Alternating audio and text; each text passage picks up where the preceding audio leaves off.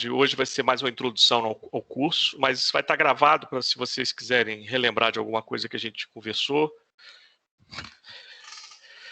E vou deixar essa aula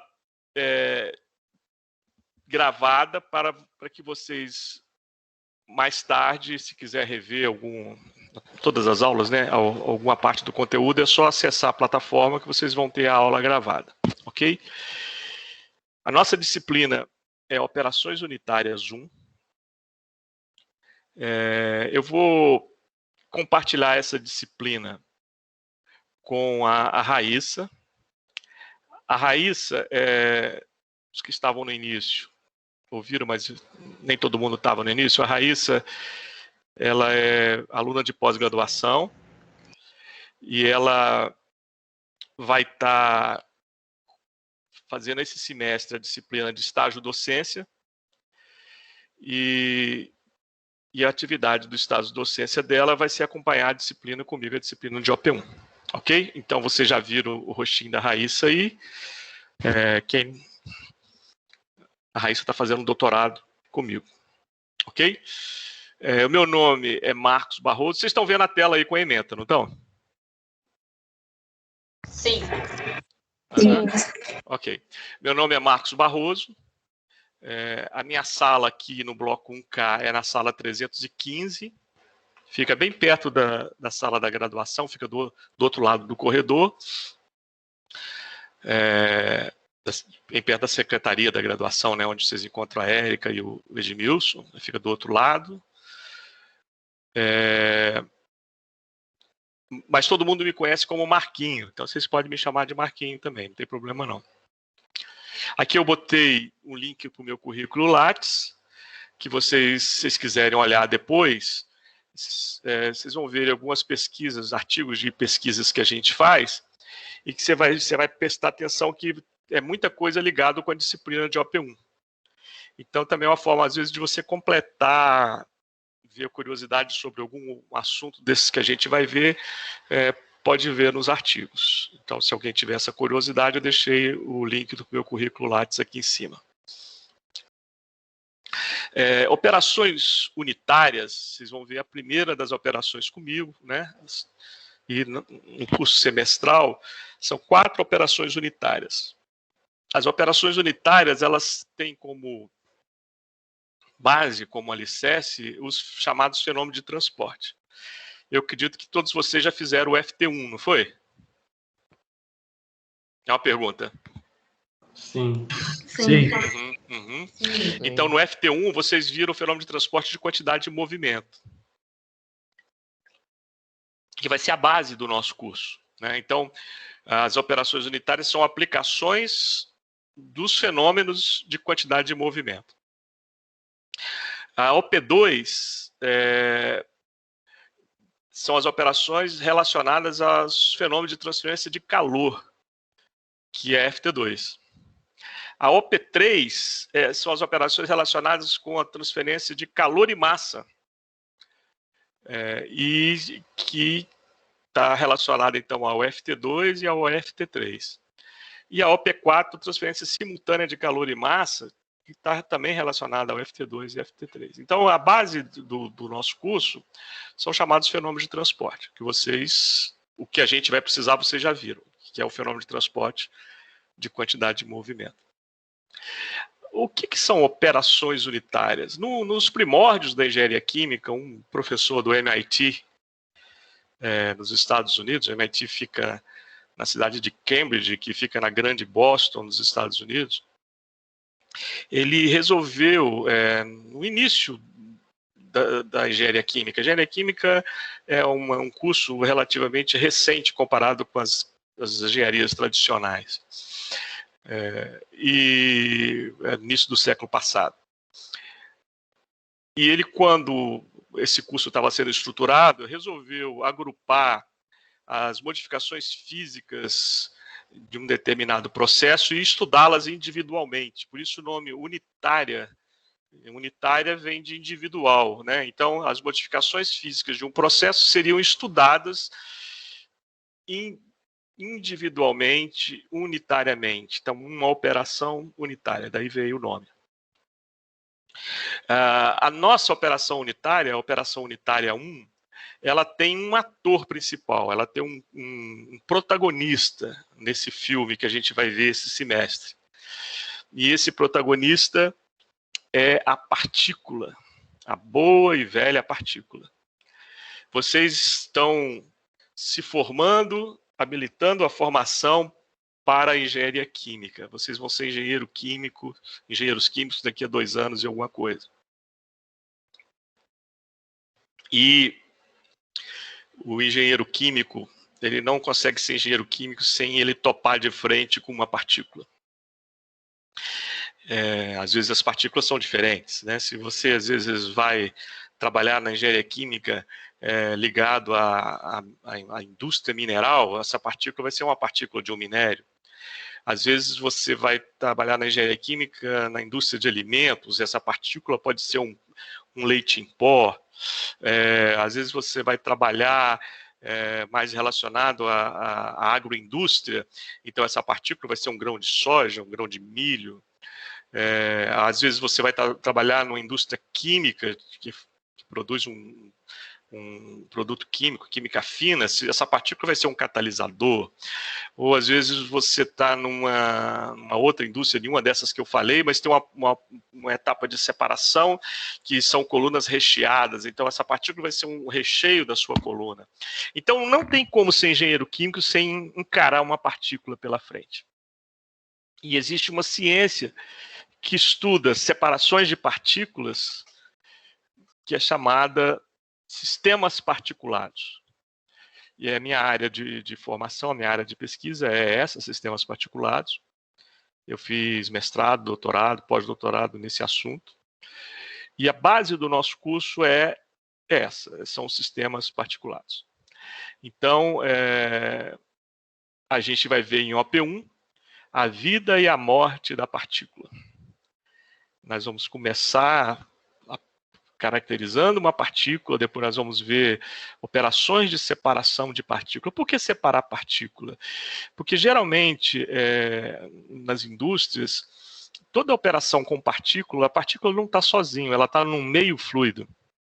Por exemplo, a indústria mineral, você pega uma pedra lá na mina, que você quer processar, extrair daquela pedra o seu minério de interesse, pode ser um nióbio, que nós somos o maior produtor de nióbio do mundo, não sei se você sabe, vizinho da gente aqui, a cidade de Araxá, tem a maior mina de nióbio no mundo. Ou pode ser um minério de fertilizantes, um fosfatado, enfim, qualquer minério que seja. Quando você pega a pedra na mina, não tem só esse minério, tem esse minério e um monte de outra coisa. Então, na indústria, ele vai processar, vai tirar a ganga, vai tirar a impureza, os outros minerais que não são de interesse, para concentrar naquele minério de interesse. E tudo isso é feito em fase fluida. Ou seja, você pega aquela pedra grande, transforma em pedrinhas pequenininhas, em partículas pequenininhas, você mistura com água e aí bombeia essa água para a indústria, onde vai ter essas várias etapas de concentração desse minério. Então, você tem partícula com fluido. Mas no final desse processo, você vai produzir um sólido, não uma suspensão, sólido fluido. Então, você precisa tirar a água da partícula. Então, você precisa fazer uma separação sólido-fluido, tirar o fluido do sólido. Isso eu te dei um exemplo da indústria mineral, mas isso acontece com diversos outros. Então, separar partículas também é uma atividade corriqueira de um engenheiro químico. Como a gente vai separar partículas? A gente vai ver aqui processos de separação de partículas, operações de separação de partículas. Mas, na verdade, a gente vai começar o curso falando desse ator principal, desse protagonista, da partícula. Então, eu já vou aqui caminhando na estrutura da ementa, para a gente ir ver o que a gente vai ver aqui na disciplina de OP1. Então, o primeiro capítulo que a gente vai começar na sexta-feira que vem, a aula de hoje vai ser só uma aula introdutória, na sexta-feira a gente vai começar no capítulo primeiro. O primeiro capítulo vai ser a caracterização da partícula. Nós vamos, já que é o nosso ator, já que ele é o nosso protagonista, ou a nossa atriz, né, a partícula, nós precisamos conhecê-la, precisamos dissecar esse personagem, né, a partícula. Como é que a gente vai conhecer uma partícula? Como é que a gente vai caracterizar essa partícula? Nós vamos caracterizar através do seu tamanho. Então, a primeira etapa vai ser o que a gente chama de dimensão característica. Como é que eu caracterizo o tamanho de uma partícula? Nós vamos caracterizar também através da distribuição de tamanhos, porque eu não tenho partícula de um tamanho só, eu tenho partícula de vários tamanhos. Como é que eu caracterizo essa distribuição de tamanho? É chamada análise granulométrica. E vamos caracterizar também através da forma, do formato dessa partícula. Tamanho, distribuição de tamanho e forma influencia nas separações que a gente vai ver na sequência. Então, esse capítulo primeiro ele é muito importante. Não dá para você fazer nada para frente se esse capítulo primeiro não estiver bem entendido. Então, eu vou começar assim mais devagar com ele, eu vou começar sendo bem enfático em alguns pontos, perguntando muito a vocês. Então, eu quero que essa aula não seja um monólogo, eu falo e vocês ouvem. Apesar de estarmos online, eu queria que a gente interagisse o máximo possível. E isso vai acontecer durante as aulas, né? Então, como esse capítulo ele é fundamental, eu vou estar sempre perguntando uma coisinha ou outra para vocês. E os exemplos que eu vou dar nesse capítulo, eu vou carregar ele no resto do curso inteiro. Um outro capítulo de fundamento de alicerce é o capítulo 2. No capítulo 1 nós caracterizamos a partícula. No capítulo 2 nós vamos aprender a estudar a dinâmica dessa partícula. Lá em FT, vocês viram as chamadas equação de continuidade, equação do movimento de um fluido escoando num sistema, num tubo, por exemplo. Mas é do fluido sozinho. Aqui nós vamos ver essas equações, mas com fluidos, com partícula dentro do fluido. Então, o fluido não está sozinho mais, você tem partícula escoando junto. Então, você tem a velocidade do fluido, você tem a velocidade da partícula. Como é que se equaciona esse problema? Esse problema de dinâmica. Nós vamos ver isso no capítulo 2. E esses dois capítulos são base para tudo que a gente vai falar pela frente. Os alunos costumam gostar de operações unitárias, seja qualquer uma delas, porque vê muita aplicação prática, né, do que vocês aprenderam lá nos chamados fenômenos de transporte. Então, ver equipamentos, ver como projeta equipamentos, ver como estuda o desempenho desses equipamentos. Mas, para isso, esses dois capítulos têm que estar bem firme na cabeça de vocês. Aí, então, no capítulo 3, nós vamos já começar a falar dos equipamentos de separação. Separação de partículas de um fluido. O primeiro equipamento que a gente vai ver, os primeiros, são as chamadas câmaras de separação gravitacional. São os mais antigos equipamentos de separação que existe. Usa, como o próprio nome diz, usa o campo gravitacional. Então, usa um G para separar, né, a força da gravidade. No capítulo 4, nós já vamos falar de equipamentos que não usam um G, usa milhares de G. Por que milhares de G? Porque a gente vai trabalhar no campo centrífugo, onde a intensidade do campo é muito maior. A força de campo é muito maior. Então, o potencial de separação também é muito maior. Então, no capítulo 3, nós vamos ver equipamentos que separam partículas maiores. No capítulo 4, nós vamos ver equipamentos que separam partículas bem finas. Porque ele tem uma intensidade de campo maior, ele tem uma força de campo maior. São chamadas centrífugas, ciclones e hidrociclones. É difícil você ir numa indústria onde você não encontra ou um ciclone ou um hidrociclone. Se o fluido carreador for um gás, o ar, por exemplo, você vai encontrar ciclones. Se o fluido carreador for um líquido, você vai encontrar hidrociclones. São equipamentos muito usados. Por que são muito usados? Porque são muito eficientes. A centrífuga também é muito eficiente, mas é um equipamento mais caro. Esses aqui são mais baratos e são mais eficientes. Então, por isso é difícil você sem engenheiro químico, sem uma vez na vida você projetar um ciclone ou um hidrociclone. Aí no capítulo 5, nós vamos falar dos escoamentos em meios porosos. Eu falei de uma partícula. Agora imagine não uma partícula, mas várias partículas juntinhas. Dentro de um tubo ou dentro de um equipamento cilíndrico. Essas partículas juntinhas, imagine se você pega um cilindro e enche ele de partículas. Conseguiu visualizar? Beleza. Agora, depois que esse cilindro está cheio de partículas, tem uma telinha em cima e embaixo, você já protegeu essas partículas para ela não cair, você vai passar um fluido através desse leito de partículas, desse conjunto de partículas. Eu te pergunto, por onde esse fluido vai passar? É uma pergunta, se é pergunta, eu quero uma resposta. Por onde o fluido vai passar? Estou aguardando a resposta.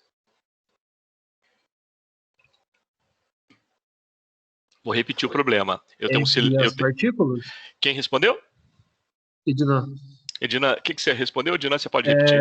O fluido vai passar entre as partículas? Isso, isso. Nos espaços vazios interpartículas, entre as partículas, não é isso? Como é que a gente pode chamar esse espaço vazio entre as partículas? De poros, né? Os vazios, poros. Então você tem duas partículas, elas não vão ficar perfeitamente coladas, vai ter um espaço entre elas, e o fluido vai passar pelo espaço entre esse conjunto de partículas, pelos poros. Então, o escoamento de um fluido em um meio poroso, um meio de partículas. De novo, isso você vai encontrar demais na engenharia química. Um reator químico, um leito de catalisador, um reagente que passa por esse leito de catalisador é um fluido atravessando um meio poroso. Lá na agroindústria, você tem um secador de soja. O ar quente retira a umidade da soja, passa por esse leito de soja. Um fluido atravessando um meio poroso, escoamento em meios porosos. E tem vários outros exemplos. O petróleo, quando você vai tirar petróleo debaixo do fundo do mar, no arenito. Então, o petróleo vai escoar através de quem? Através das rochas, através dos poros dessa rocha.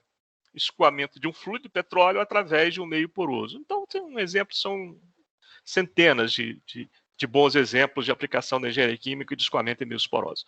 Então, nós vamos ver o fundamento desse escoamento e depois, se aprendendo o fundamento, você pode aplicar qualquer problema desses que eu falei ou outros. Capítulo 5. Capítulo 6, nós vamos falar sobre filtração. Filtração, acho que todo mundo tem ideia de que seja, porque filtra em casa, né, o seu café, né? Então, eu disse para vocês que quando você faz uma mistura sólido-líquido e depois você vai obter o seu produto final é um sólido, você precisa tirar esse líquido, né?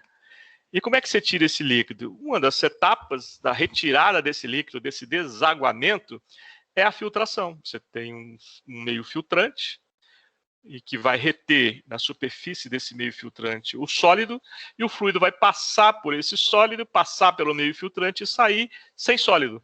Então você está retirando o líquido e ficando com um sólido na superfície desse meio filtrante, desse tecido filtrante, desse filtro.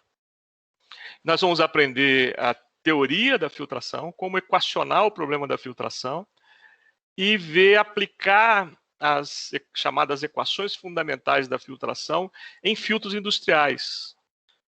Vamos pegar alguns exemplos dos filtros mais usados e aplicar a teoria que a gente viu no projeto desses filtros. Capítulo 7 é uma outra etapa de separação sólido-fluido. Na verdade, é uma etapa anterior ao capítulo 6. Se você colocar numa ordem, né, dentro da indústria, você primeiro sedimenta para depois você filtrar. Então, a gente vai ver a sedimentação. O que é a sedimentação? É a deposição gravitacional de um sólido numa suspensão sólido-fluido. Então você tem uma suspensão sólido-fluido, você coloca ele num tanque grande, os sólidos vão se depositando no fundo e o líquido vai ficando na superfície. Se você tirar esse líquido da superfície, você está separando o líquido de um sólido. E o sólido pode sair pelo fundo mais concentrado do que entrou. Então já é uma primeira etapa de uma separação sólido-fluido. Depois da sedimentação, sempre vem uma filtração. Então você pega uma suspensão diluída, sedimenta, ela fica concentrada, você filtra, você retira mais água ainda e depois no final você seca. Aí já vem processos térmicos que você vai ver lá na OP4.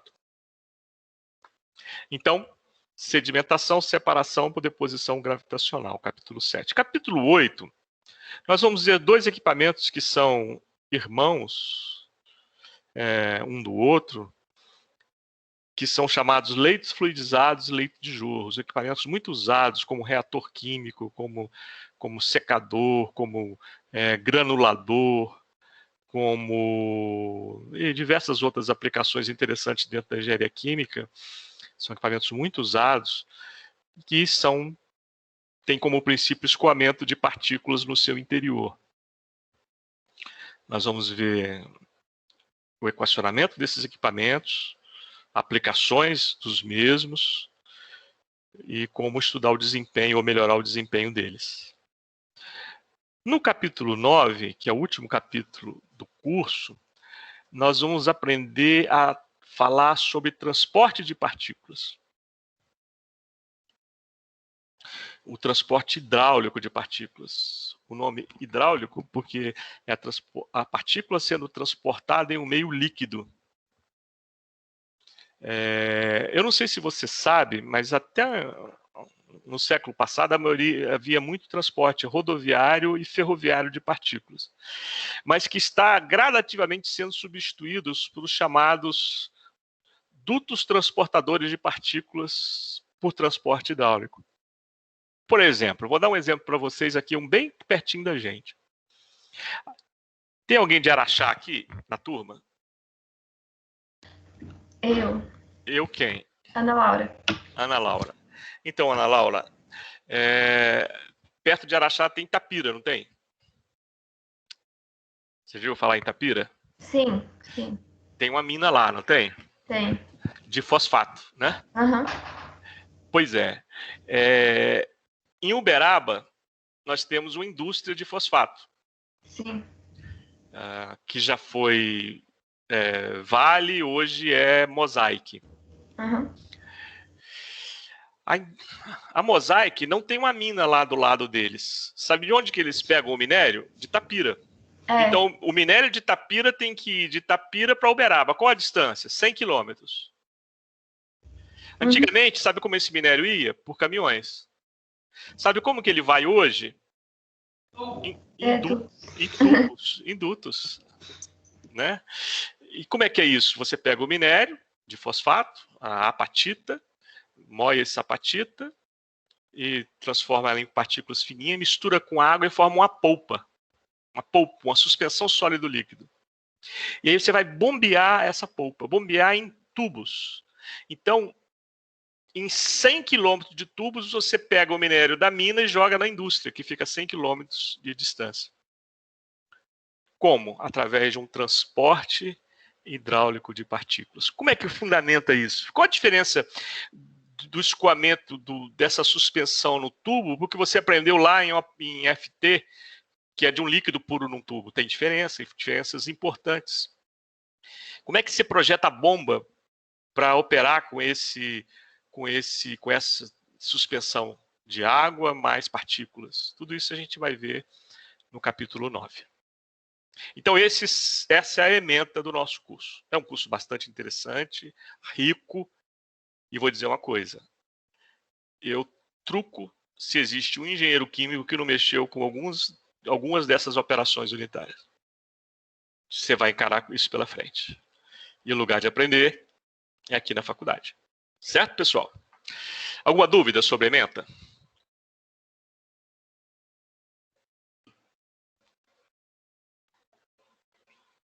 Não, tudo certo, professor. Tudo certo? Ótimo. Bibliografia. Não existe um livro que tenha todo esse conteúdo bem. Infelizmente não existe. É uma carência da literatura. Eu vou dar para vocês aqui 3 livros que têm maior parte, desses 3 tem maior parte desses conteúdos, mas não tem todos. E ao longo do curso, em cada capítulo que eu der, eu vou falar do capítulo 1. Eu vou dar uma referência específica para esse capítulo, além dessas 3 aqui. Capítulo 2, uma referência específica para esse capítulo, além dessas 3 aqui. De tal sorte que, à medida que a gente for caminhando no curso, além dessas 3 referências principais, vocês vão ter referências específicas para cada tópico, se você quiser se aprofundar.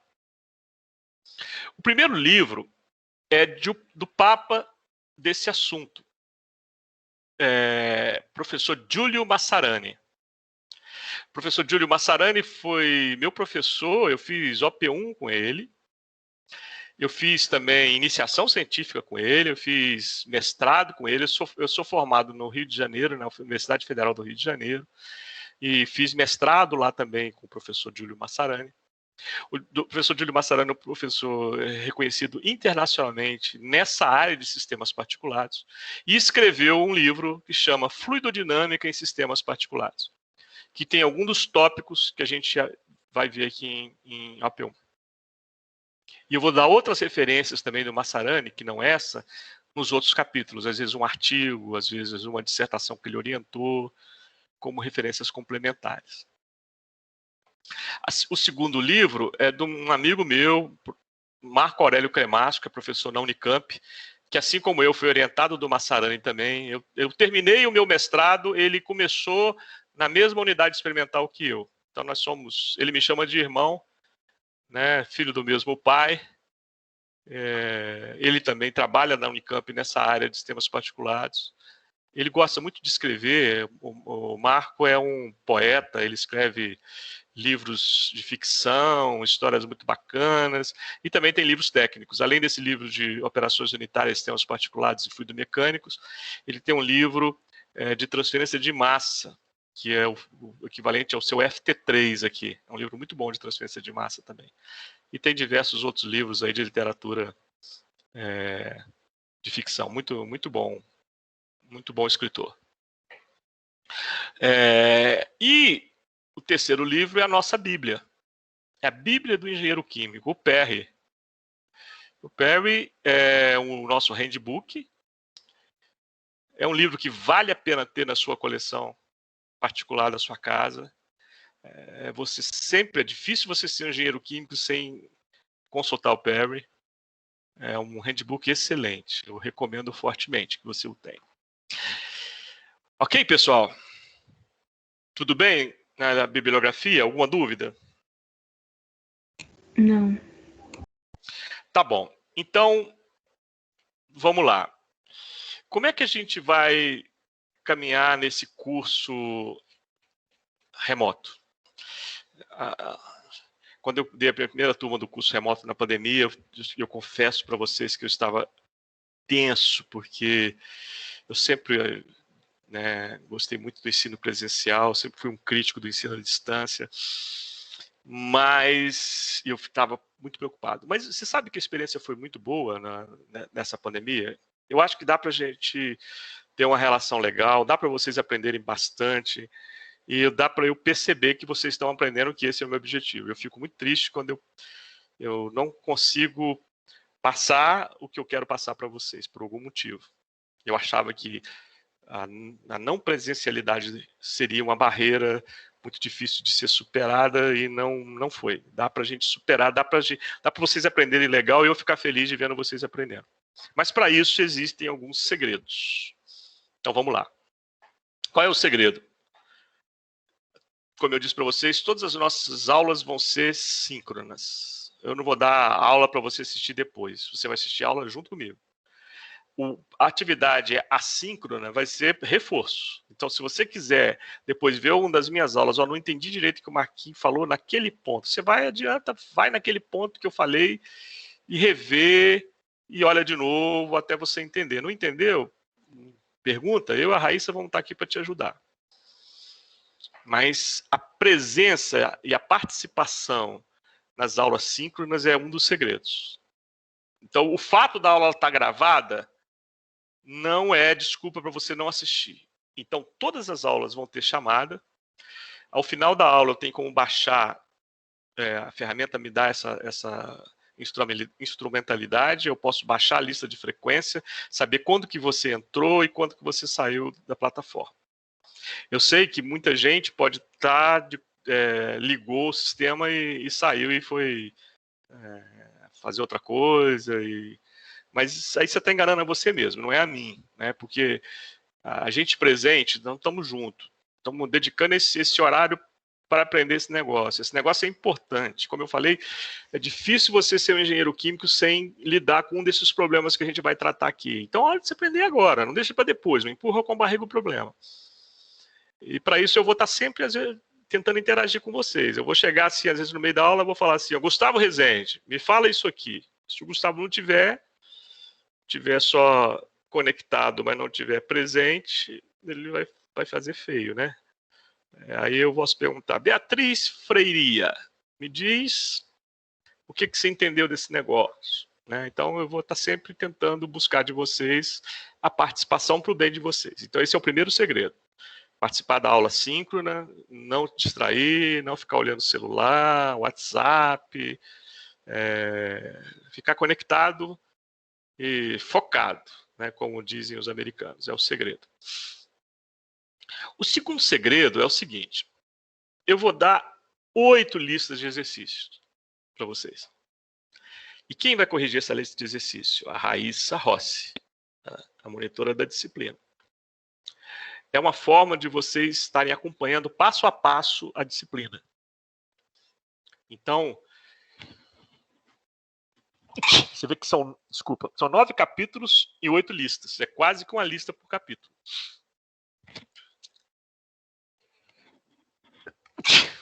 Isso não necessariamente segue essa regra, porque às vezes vai ter um capítulo que tem os capítulos iniciais, o primeiro e o segundo vão ter mais listas, e às vezes nos outros capítulos vão ter uma lista com 2 capítulos e assim vai. Mas são 8 listas de exercício. E vai valer nota.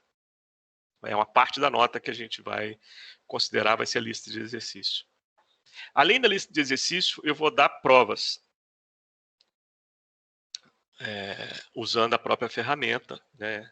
As ferramentas complementares, né, ao Microsoft Teams, né? Nós temos o Microsoft Forms, que é possível a gente fazer prova. Aí você fala, como é que vai ser a prova, professor? Vai ser de múltipla escolha? Sim. Mas múltipla escolha não significa que é só questão literal. Não, vai ter problemas também. Problemas que você vai ter que equacionar, resolver matematicamente. E vai ter uma resposta. E aí, para eu não seduzir vocês a conferir com um colega, o que eu faço? Eu mudo as questões, mudo os números. Então, o Álvaro vai ter uma prova diferente da Ana Caroline. Então, se o Álvaro, por exemplo, se for seduzido para checar com a Ana Caroline a resposta da questão 1, e eu vou embaralhar as questões, mas mesmo embaralhando a questão, eu sei que não é fácil você descobrir qual, mas vamos supor, o Álvaro está querendo saber a resposta de uma questão. Só que a resposta da Ana Caroline é diferente da resposta do Álvaro, a certa. Só que a certa da Ana Caroline vai ser a errada do Álvaro. Então, se a Ana Caroline falar para o Álvaro, o resultado deu 35. O resultado pelo enunciado dela, porque eu troquei algum número no problema. O problema é o mesmo, mas com números trocados. O resultado deu 35. E o 35 é um resultado errado do Álvaro. O certo do Álvaro é 43, por exemplo. Então, ele checou com ela, pegou o resultado, marcou o resultado e ele vai errar a questão. Isso para não seduzir vocês fazerem. Então eu posso fazer isso. Eu mudo simplesmente 2 números, vou mudando, vou aleatoriamente. Eu posso montar 25 provas diferentes, facilmente diferenciadas e vocês. Isso para quê? Para que vocês não sejam seduzidos a conferir com o colega a questão, para ficar focado em resolver o problema. Porque é aí que você vai aprender. É aí que você vai realmente aprender. Segredo para fazer a prova. Lista de exercício. quem faz a lista de exercício não tem erro, vai bem na prova, vai muito bem na prova. Quem não faz a lista de exercício, aí pode ter dificuldade na prova. Então, mais 2 dicas para vocês irem bem e aprender esse negócio nesse semestre, que é o tempo que vocês têm para aprender ele. Alguma pergunta? Em questão de valores, professor, tipo distribuição das notas? Eu vou falar isso na próxima aula. Você me lembra? Quem é o Ednan que perguntou? Isso, foi eu mesmo. Eu vou ver isso na próxima aula, Ednan. Deixa eu ver se eu já posso te responder aqui. Só um minutinho. Você já vai marcar as datas? Não, ainda não, porque ainda vou fazer ainda uma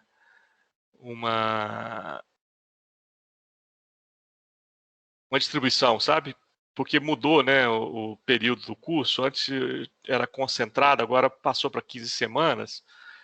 E olha, já vou te responder, Dinan. 60% é a prova e 40% é a lista. Você vê que a lista tem um peso grande, né? São 8 listas e um trabalho. Então vão ser essas 8 listas e um trabalho vai ser 40% da nota. E a média das provas, as 3 provas, 60% da nota. Certinho, obrigado. Ok. Mais alguma pergunta?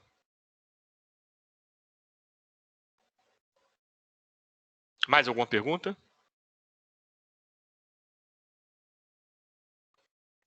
Acho que em relação às datas que o colega tinha perguntado. A data eu ainda não fiz a distribuição. Eu vou fazer isso até a próxima aula. Eu vou dar uma ideia da data, mas nada que a gente não possa mexer, né? Vamos supor que uma data está marcada, tal dia, professor, daria para a gente trocar, passar para, em vez de quarta, ser na sexta? Isso é possível. Só uma pergunta: quantas disciplinas em média vocês estão fazendo? Eu tô fazendo 7. 7. 6. 5. 7 também. 7. 8, nossa. E vocês são de qual turma? De turma número qual? A maioria de vocês? Eu sou 81. 81? A maioria 81? 78. 78. 80. 80. 80. Eu sou da 80 também. 80. O Gabriel Nicolas é da 80 ou da 81? 81. 81. Aham. O Gabriel Nicolas é filho de um casal de amigos. Então a maioria é 80 ou 81, né? Ok. E vocês estão fazendo bastante disciplinas, né? 6, 7, é muita coisa. Mas não fica preocupado não, que a gente vai conseguir ajustar isso. Até sexta-feira eu faço uma proposta de datas e coisa que a gente também pode ajustar, não é problema não. Tá legal? Mais alguma pergunta? Ô, Marquinhos, vão ser quantas provas, mais ou menos? 3 provas. Certinho. 3 provas. E 8 listas e um trabalho. Então, no total, são 12 atividades. Ou seja, se nós temos 15 semanas, praticamente você vai ter uma atividade por semana. A partir da semana que vem, né? Ok? Ok, certinho. Então, não perder tempo, não aproveitar a aula. Na aula você estuda. A ideia de você ficar focado na aula, porque na aula você já está estudando. Está estudando para a prova, está estudando para a lista. Ok? A Raíssa vai botar no chat o e-mail dela, né, Raíssa? Sim, eu vou colocar meu e-mail, que vai ser meu principal meio de comunicação com vocês. Através dele, vocês podem me mandar as dúvidas e eu faço um grupo para a gente se comunicar. Eu também mando comunicações pelo Teams. Às vezes, por exemplo, se vocês estiverem tendo muita dificuldade em alguma lista e tal, a gente pode fazer um horário de tira dúvidas. E eu também vou fazer um upload, as principais informações assim que vocês precisam ter, as listas, tudo a gente vai fazendo um upload pelo Teams. Mas o principal e-mail, esse método de comunicação que vocês podem me encontrar pelo e-mail. Ah, tô com dúvida em tal exercício lista tal. Pode me mandar por e-mail. E depois que o professor Marquinhos colocar a primeira lista e tudo, na verdade, junto com a primeira lista, eu vou enviar umas orientações de como vocês devem enviar essa lista para correção. Ok, pessoal? Alguma dúvida para a Raíssa? Outra coisa, todo o material que eu der na aula, eu vou colocar com antecedência, carregar no Teams, tá? Então, naquele material da aula, vai estar carregado, por exemplo, vocês já vão ver que já está carregado o capítulo 1º, a ementa e o capítulo 1º já está carregado, ou seja, a aula que eu vou dar na sexta já está na plataforma, você já pode ir baixando. Tá? São os mesmos slides que eu vou dar. Ok? Então, se alguém quiser dar uma olhadinha antes da aula, vai ter essa possibilidade. Se quiser olhar depois da aula, o material já vai estar lá. Ok? Mais alguma dúvida?